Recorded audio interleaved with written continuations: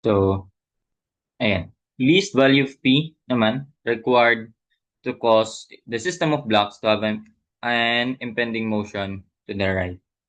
So basically, same lang siya dun. Anong may iba? Direction lang ng friction force. Diba? So, copying ko na lang to. Diba? Pwede ba to? Ayan. Ito ko ilagay. O kung kanina, ang impending motion natin is ayun nga, sliding nga siya. So, ngayon, mag-flip lang yun. Magiging ganito na siya. Ang impending motion natin ay to the right na, which will cause our friction force to do the opposite. Diba? So, papalitan lang to. Ayan, yung direction lang nila may iba. Kapag may ganyang tanong, gano'n na lang. Palitan nyo na lang yung sign, yung una nakuha. I mean, yung unang indirection. So basically, ito pa rin yun. And, ayan, wala namang mababago sa Fy, di ba? Kasi kailangan lang natin dyan ay weight tsaka normal force. Which is, yun pa rin naman. Ang mababago is ito. Yung sa summation of forces along X. Okay? Tingnan natin. Summation of forces along X equals 0. Okay, so ano meron dyan? WA, yung to the left muna equals to the right. So meron dyan, WA sine theta. WA sine theta. Or sine 40 na pala yan. Okay, WA sine 40. Then plus FA. Ayan, pa-plus na siya. Kung kanina nasa tension siya nag-add, dito sa weight na. 0.2 NA equals yung tension. So directly pala natin masasolve yung tension, no?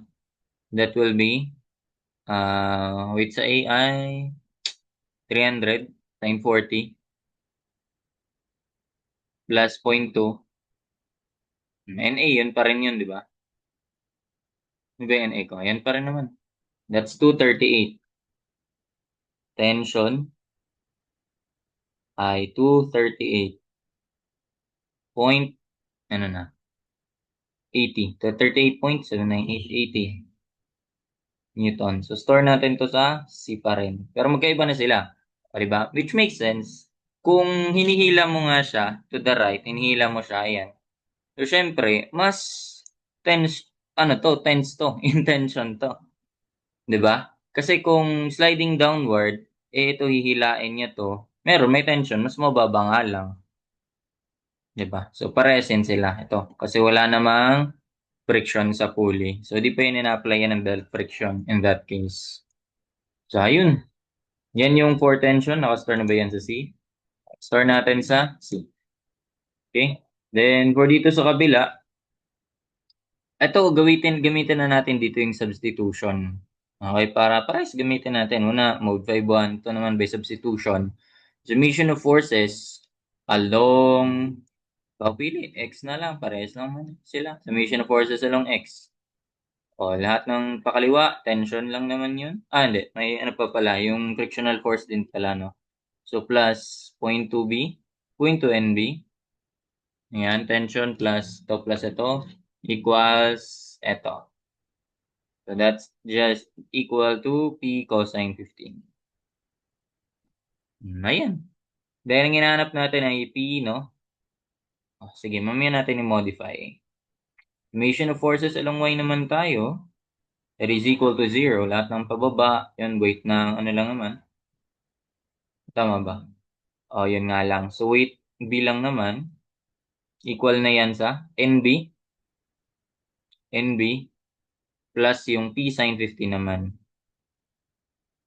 Alin mas madali i-modify dito? Isa-solve natin si P. So, yung NB na lang, no? Tama. Ito maganda palitan. Kasi kung gagawin mo yan, NB, papalitan mo sa NB na naka in terms of P. So, ito, lipat mo lang naman sa kabila. So, WB minus P sine 50 na siya. Di ba? So, given that, pwede natin gamitin ulit to. Substitute na natin yung NB. Pwede ko ba ito mahiwalay? Yung NB. Pwede pala yan. Na-explore ako dito sa pentag. NB. This one. Ayan, direct sa Peng. Ay, nagsisnip siya. Kopya. Nilaro na. Sige, okay na yan. Pusid ko na lang to konti. That's the whole NB. Masasolve na natin si P. Keep solve na lang yun. So, C plus 0.2. Weight ng B, 200 yun, di ba? Minus P, ito, store ko si P sa F. Okay. 200 P sine 15. Then that is equal to P of P cosine 15. Tama. So, pero since nag-chip store tayo sa F or mag-store tayo sa F, pangalanan natin yung kailangan natin pangalan. Kasi nga 'di ba ang default sa shift solve pala is X. So pag other than X, kailangan mo siyang labelan kanino. So yung tension natin tayo. Na-solve ko na kasi yan before. 273.95. Nasa choices na ba yan? 273.95 newtons.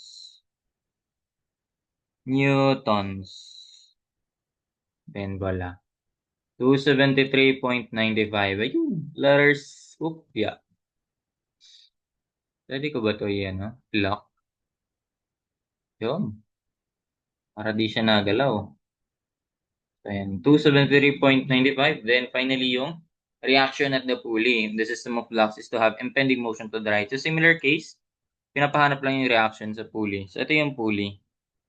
Okay? So, kung i-analyze natin yan, so, kung ikakat lang natin dito banda, yung pulley lang. So, may tension siya dito.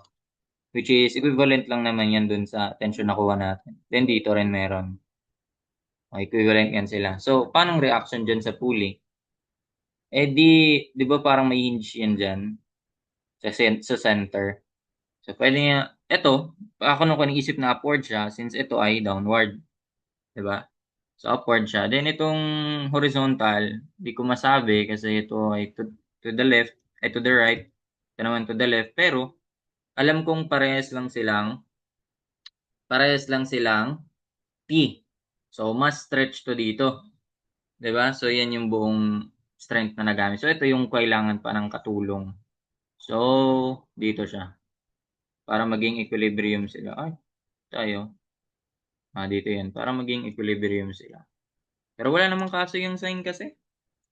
Ayun, pangalanan ko na lang tong, di ba AB yan? So, pangalanan kong, anong pangalan ko sa pulley? ABP. Di ba? Ayun, ABC. P. ABC. So, ito ay PX, PY. Or R na lang, RY. Ito RX. So, ayun. Paano yan? Dimension of forces along ano na lang yan. Dito na lang ako. Di ba? Para mas madali. Dimension of forces along x equals 0. So, ano mangyayari dyan? So, ano yan? Ito, tension lang naman to. Ito yung tension natin. Pero, di ba may angle yan? Saan yan naka-reflect? Oop, yeah. Saan yan nagre-reflect? Di ba parallel siya? Ito, parallel lang naman to dito. So, kung ito ay may angle na 40, ayan yung angle niya. So, ganun din to. 40 din yun, di ba? 40 din to. Ayun. So, that will be lahat ng pakaliwa pakanan, lahat ng pakaliwa equals pakanan. So, that's t cosine 40. T cosine 40 plus Rx equals T. Ayun. Yung summation of forces along y naman equals 0. So that will be yung pataas Ry, pababa. Yung T naman, T sine 40 naman to. Pababa equals paangat na Ry. Mukhang pala parehas na. Sige, rekta na natin yan.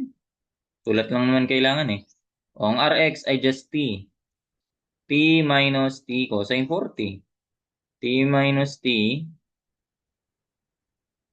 tension minus tension, cosine 40. O, yan yung x. Fifth store ko sa x. Ito na isusulat. Ang RY naman ay t sine 40. Store ko naman yan sa y. 153. Okay. T sine 40, di ba? Tama naman. T sine 40. O, yun lang yun. So, para makuha, ang reaction at pulley, so, ano yan? Matik yan na resultant. Paano yun? Square root ng x squared plus y squared. Then, voila! 163.35. Ayun. So, that's it. I guess that's it. How you solve this type of problem involving friction. Thank you. Hope you learned something.